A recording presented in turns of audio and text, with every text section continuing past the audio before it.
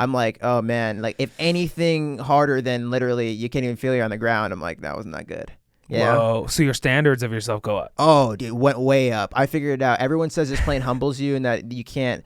Actually, no, I'll be honest. You can just smash it sometimes. Like you think the landing's gonna be good and it's just a pounder, absolute pounder. Is it the same problems that cause your landings to be pounders like they are in a 172? Does it come down to depth perception or something else? No, the plane just sucks. The plane. Don't tell me you blame the plane. No. Ask any Q pilot. You could do the everything gear, right. Okay, you see the gear mounted. It's mounted on the wing, dude. It's not on the engine. Right. It's in the engine. It's in the nacelle on the wing, right? Crazy. Sitting there. Every other plane has like space for shocks and stuff, dude. This plane, nothing. If you flare at all, because it's on a freaking stick, right? The gear's on a stick. It doesn't take a landing well. It just doesn't take it well. Some planes are stiffer than others. If you're doing your walk around, you see a bunch of shock, like a bunch of like metal at the wheel. Oh, you know that you're never gonna grease that plane because it's so stiff. Whoa. It just is what it is, right? Other thing, right? Landing turboprops. I don't know. I haven't flown any other turboprops, but specifically this one. It does not like when you reduce power when you're landing. What do you mean? Before or after touchdown? Before touchdown. So does it stop flying fast? Oh, yeah. It'll drop out of the sky. Really? Dude, you have to look, these turboprops, especially like this, look at the size of if you look at a Q400 and look at the size of the props, and then you look at the nacelle and how thin it is, let's just think of like a Seminole, right? Uh-huh. If you look at the props, like the only place it's getting thrust is like when the props are in the upright position, right? Right. Because the nacelle's blocking all the thrust after that, right? If you look at the Q400, there is no blade going to waste. Right. The entire blade is producing thrust and not hitting anything. Right. But you know where else that air is going? Right over the wing.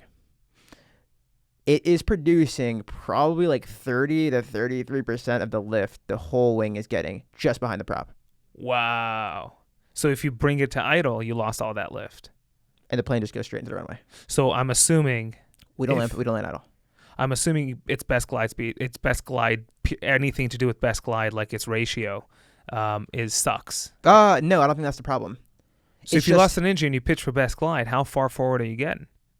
You mean you lost both engines? Yeah, let's say you lost both engines. I think the thing would be fine. So it would glide. Yeah, it would glide fine. That's not the problem though. The problem is if you are coming to a runway with a certain amount of lift and then you take away that lift, it's gone fast. Yeah, it's not about the fact that the plane can't land idle.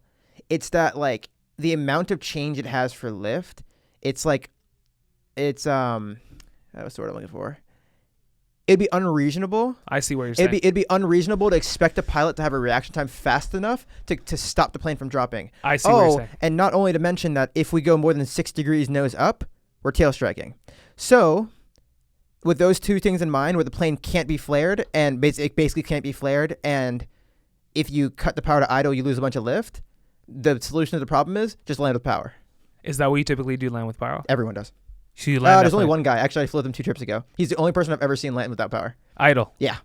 And how's his landing? They're good. I mean, it was like you watch it and you're like, dude, I would need like a lot of time to work up to this. Like if I would ever wanted to get to the point where I can land that plane idle, because they don't even tell you in the sim. They're like, yo, do not land idle. Do not land idle. They tell you that. So he figured it out. Yeah. He's been there for like 30 years.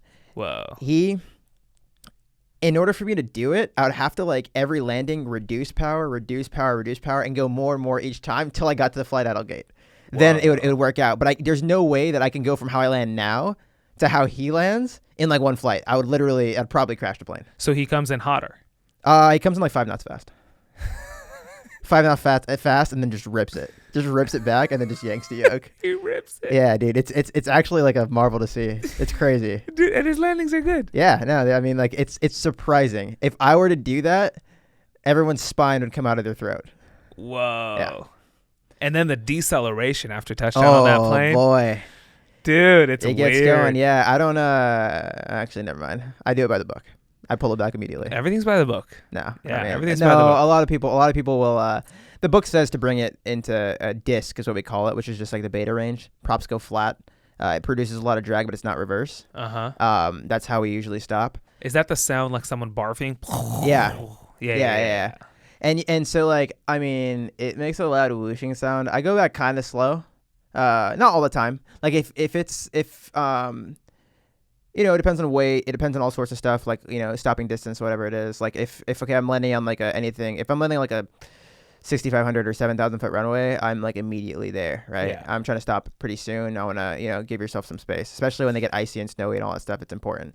But then it's like, okay, SeaTac, you got a you have a 737 creeping, right? Flying ridiculous approach speeds, and you're going hella slow. That might be a situation where you bring it back a little bit slower. Like, you're gonna make the first exit anyway, right? Which should be November right. on 160, right? Right. You're gonna make that first exit anyway. You're just increasing the amount of time you're gonna be on the runway.